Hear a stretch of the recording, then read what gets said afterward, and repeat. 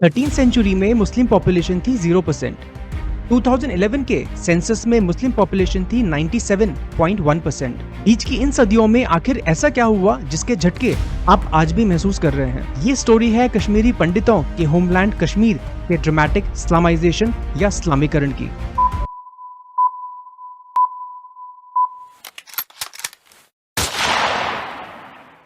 दोस्तों, recently Sajjad Ahmad Bhatt Pahalgam attack के hero का वीडियो सोशल मीडिया पर जमकर हिट हुआ।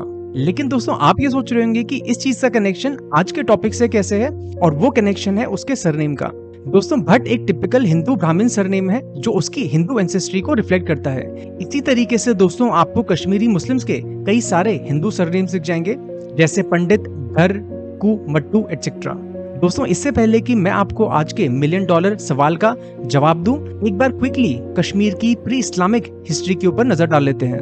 दोस्तों, हिंदू माइथोलॉजी के हिसाब से कश्मीर का नाम ऋषि कश्यप के नाम पे पड़ा है, जिन्होंने कश्मीर वैली को, जहाँ पे एक बहुत बड़ी लेक हुआ करती थी, उसको अपने पावर से सुखाया था और इस वैली को इंसानों के रहने लायक बनाया था। एंशिएंट हिस्ट्री की बात करें दोस्तों, तो कश्मीर अशोकन एम्पायर का एक पार्ट हुआ करता था। और 12th century Kashmiri historian Kalhana, जिन्होंने राज तरंगिनी एक बहुत इंपॉर्टेंट बुक लिखी है कश्मीर की हिस्ट्री के ऊपर, उनके हिसाब से अशोका ने एक सिटी को बसाया था कश्मीर में, जिसका नाम उन्होंने श्रीनगरी रखा था और जो आज की डेट पे श्रीनगर कहलाता है। दोस्तों, कश्मीर की हिस्ट्री में एक बहुत बड़े कश्मीरी किंग का नाम है ललितादित्य मुक्तापीड़ा, जिन्होंने 8th सेंचुरी में न सिर्फ कश्मीर को जीता था, बल्कि उसके आसपास जितने भी एरियाज हैं, including Punjab, including Ladakh, including a good part of north India, उन सब को उन्होंने जीता था और एक बहुत ही पावरफुल किंग हुआ करते थे। बहुत कम दोस्तों ऐसे एग्जांपल्स हैं जहाँ पे कश्मीर के किंग्स ने नॉर्दर्न इंडिया को कॉन्कर किया है। इस तरीके से दोस्तों, अलग अलग हिंदू डायनेस्टीज कश्मीर में आती हैं और 1320 तक हिंदू डायनेस्टीज कश्मीर में रूल किया करती हैं। एक मुस्लिम सुल्तान भी कश्मीर का इस टाइम तक नहीं था।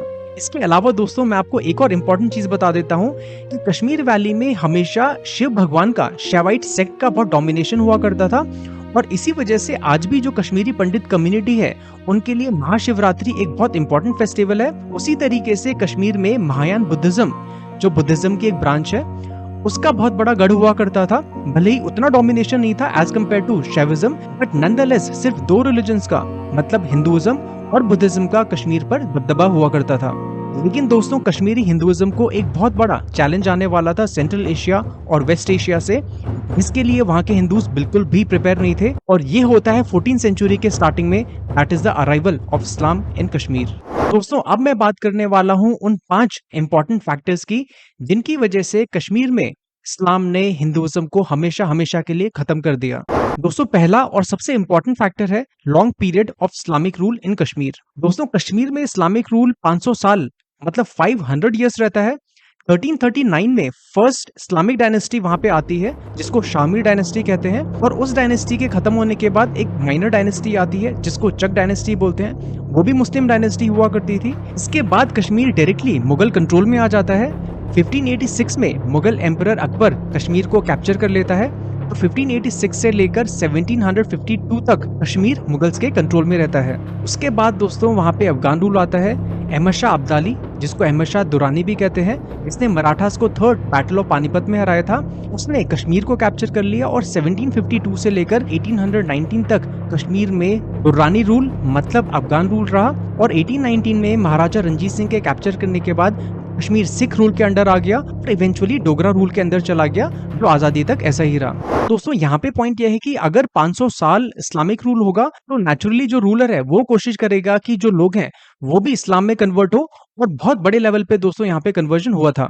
दोस्तों, पुराने टाइम पे बादशाह या सुल्तान वही सरकार हुआ करते थे और उनका एक बहुत कॉन्शियस पॉलिसी रहता था इस्लाम को एनकरेज करना। फॉर एग्जांपल, बहुत बड़े लेवल पे मदरसों की फंडिंग किया करते थे, मस्जिद बनाया करते थे, सूफी सेंट्स को बुलाया करते थे बाहर से, पर्टिकुलरली वेस्ट और सेंट्रल एशिया से, ताकि इंडिया में कन्वर्जन कर सके।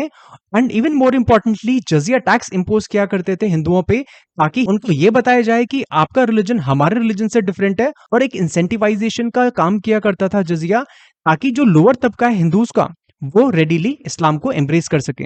दूसरा इंपॉर्टेंट फैक्टर है दोस्तों फोर्स्ड कन्वर्जन्स। दोस्तों, जिस तरीके से इंडियन हिस्ट्री में औरंगजेब नोटोरियस है, उसी तरीके से कश्मीर की हिस्ट्री में एक बहुत नोटोरियस सुल्तान हुआ करता था, जिसको कहते हैं सिकंदर बुर्शकन। इसने 1389 से 1413 तक रूल किया था और इसने बहुत बड़े लेवल पे दोस्तों हिंदुओं को कन्वर्ट कराने की कोशिश की and he was quite successful by the way. इसने बहुत सारे मंदिरों को तोड़वाया। इनमें से एक बहुत फेमस और सीक्रेट टेंपल हुआ करता था मार्तंड सन टेंपल, जिसको ललितादित्य मुक्तापीड़ा ने 8th सेंचुरी में बनाया था। थोड़ी देर पहले मैंने ललितादित्य के बारे में बात की थी और इतने बड़े टेंपल को, इतने फेमस टेंपल को उसने बहुत कॉन्शियसली टारगेट किया ताकि हिंदू डिमोरलाइज हो जाएं और इस्लाम को रेडिली कन्वर्ट कर लें। आप लोगों में से दोस्तों कुछ लोग ये सोच रहे होंगे कि मैं यहाँ पे प्रोपेगेंडा कर रहा हूँ, एक फॉल्स नैरेटिव स्प्रेड कर रहा हूँ। दोस्तों एक पर्शियन क्रॉनिकल है 17th सेंचुरी का जिसका नाम है भारस्ताने शाही। उस बुक में भारस्ताने शाही में जो किसी एनोनिमस राइटर ने लिखी थी, उसमें क्लियरली मेंशन्ड है कि किस तरीके से मार्तंड सन टेंपल को इंसान के रूप में इस शैतान ने, मतलब सिकंदर बुशकर ने तोड़वाया था। नेचुरली स्टेट दोस्तों अगर आपको परसिक्यूट कर रहा है, आपके पास कुछ ऑप्शन नहीं होता, आप हेल्पलेस होते हो, या तो आप वहां से भागोगे। और कई सारे कश्मीरी पंडित दोस्तों उस टाइम पीरियड में भागे हैं, वहां से निकले हैं, कश्मीर से बाहर गए हैं अपना धर्म बचाने के लिए। और क्योंकि दोस्तों हर कोई इतना बहादुर नहीं होता, बहुत सारे हिंदुओं ने उस टाइम पर तलवार की नोक पर इस्लाम को कबूल कर लिया। इसी तरीके से दोस्तों लिस्ट बहुत लंबी है। कई सारे कश्मीर में सुल्तान आए इन 500 सालों में और कश्मीर के लोगों पर अत्याचार किया। फॉर एग्जाम्पल दुर्रानी रूल बहुत ही ज्यादा नोटोरियस है रिलीजियस परसिक्यूशन के लिए, जो अहमद शाह अब्दाली ने एस्टैब्लिश किया था। अहमद शाह अब्दाली जैसे इंसान के अंडर अगर कश्मीर आएगा तो नेचुरली सबसे पहले वो लोगों के धर्म पे अटैक करेगा, जो उसने किया। बहुत सारे कश्मीरी पंडित वैली से दोबारा भागे हैं। दोस्तों हिस्ट्री में कई बार कश्मीरी पंडितों को इतने अत्याचार का सामना करना पड़ा है और बोलने वाला उस टाइम पे कोई भी नहीं, किसी को पता तक नहीं था मेनलैंड इंडिया में इस तरीके से इतने बड़े लेवल पे कश्मीर में हिंदुओं पे अत्याचार हो रहे हैं। तीसरा फैक्टर भी दोस्तों स्टेट पॉलिटिक्स से डायरेक्टली और इनडायरेक्टली एसोसिएटेड है। दोस्तों मेडिवल टाइम पीरियड में इस्लाम में एक बहुत खास बात हुआ करती थी कि जैसे ही किसी सुल्तान ने एक एरिया को फतेह किया, पीछे से तुरंत के तुरंत सूफी सेंट्स आ जाया करते थे और लोगों को कन्वर्ट कराना स्टार्ट कर देते थे। दोस्तों नॉर्थ इंडिया से एग्जांपल दूं तो पृथ्वीराज चौहान को जैसे ही मोहम्मद गौरी ने हराया, पीछे से कई सारे सूफी सेंट्स आ गए पर्शिया से, इराक से, फॉर एग्जांपल कुतुबुद्दीन बख्तियार काकी, और इस तरीके से अनगिनत सूफी सेंट्स दोस्तों इंडिया में आ गए। इसी तरीके का एक पैटर्न दोस्तों हमको कश्मीर में भी दिखता है। जिस टाइम पे शाह मीर ने फर्स्ट मुस्लिम डायनेस्टी की नींव रखी कश्मीर में, उसी टाइम पे बुलबुल Shah first Sufi saint Kashmir में आ जाते हैं और वहाँ पे कन्वर्जन और मिशनरी एक्टिविटीज को शुरू कर देते हैं। टारगेट दोस्तों ये सबसे पहले लो कास्ट हिंदूज को किया करते थे। इनको पता था कि अगर इन हिंदूज को हम टारगेट करेंगे तो बहुत इजीली इनको इंसेंटिवाइज किया जा सकता है इस्लाम में कन्वर्ट करने के लिए, क्वालिटी का झांसा देके, जो कभी होता नहीं था क्योंकि इस्लाम में आके भी इनको लो क्लास मुस्लिम की तरह ट्रीट किया जाता था। पावर इनसे शेयर नहीं की जाती थी कभी। चौथा फैक्टर और एक बहुत इंटरेस्टिंग फैक्टर है दोस्तों unique geographical location of Kashmir.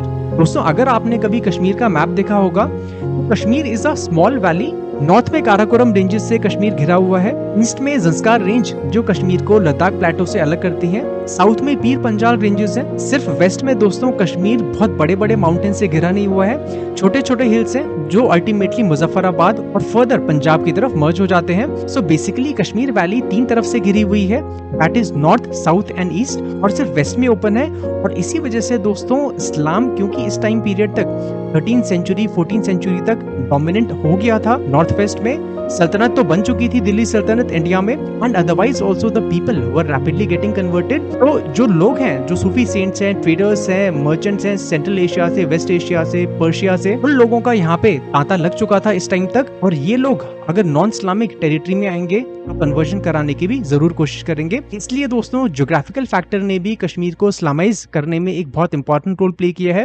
और पांचवा और आखिरी रीजन दोस्तों बहुत इंटरेस्टिंग है, जो शायद आपने सोचा नहीं होगा, and that is very low population of Kashmir historically. दोस्तों 2011 के सेंसस के हिसाब से भी कश्मीर की पॉपुलेशन सिर्फ 68 लाख थी। 1931 में दोस्तों डोगरा रूल के अंडर फर्स्ट कॉम्प्रिहेंसिव सेंसस हुआ था कश्मीर में, जिसमें कश्मीरी लोगों की जनसंख्या थी सिर्फ 1.7 मिलियन, मतलब 17 लाख कश्मीरीज। तो जिस टाइम पीरियड की हम दोस्तों बात कर रहे हैं 14, 15, 16 सेंचुरीज की, उस टाइम पे you can imagine the population must have been a few lakhs. और इतनी कम जनसंख्या को ऐसी ज्योग्राफी में जो चारों तरफ से घिरी हुई है, मतलब कोई आपको बचाने वाला नहीं आएगा, कोई दर्द पीड़ा सुनने के लिए नहीं आएगा। तो इन लोगों को कन्वर्ट करना दोस्तों बहुत इजी है। और इसीलिए दोस्तों 16-17 सेंचुरी तक आते आते कश्मीर लगभग पूरा का पूरा इस्लामिक बन चुका था। शायद दोस्तों हो सकता है कि आपको मेरे इस फैक्ट में डाउट हो। दोस्तों 17th सेंचुरी की एक किताब है जिसका नाम है तारीख कश्मीरी। उसमें दोस्तों ऑथर ने क्लियरली लिखा हुआ है कि जो आम कश्मीरी है वो मुस्लिम है, वो हिंदू नहीं है, वो मुस्लिम है। और हिंदूज का पॉपुलेशन सिर्फ कश्मीर के छोटे छोटे पॉकेट्स में है। Very few Hindus but majority of the people being Muslims. इस सारे के सारे इस्लामाइजेशन प्रोसेस का दोस्तों एक नेट आउटकम निकला, और ये था कि कश्मीरी हिंदूज जो एक टाइम पे मेजोरिटी में हुआ करते थे, शिव भगवान की पूजा करते थे, कश्मीर बहुत इंपॉर्टेंट सीट हुआ करता था शैवाइट रिलीजन का, वो माइनॉरिटी में रिड्यूस हो गए। और 1980s तक आते आते सिर्फ 5% कश्मीरी हिंदू पंडित वहां पे वैली में रह गए थे। और उनके साथ उसके बाद क्या हुआ आप सब लोग जानते हैं। इन कारणों के अलावा दोस्तों कोई और कारण भी है जो आपको लगता है इंपॉर्टेंट है, do mention in the comment box. I will be very happy to read your comment. I will see you in the next video. Till then take care, good bye, जय हिंद।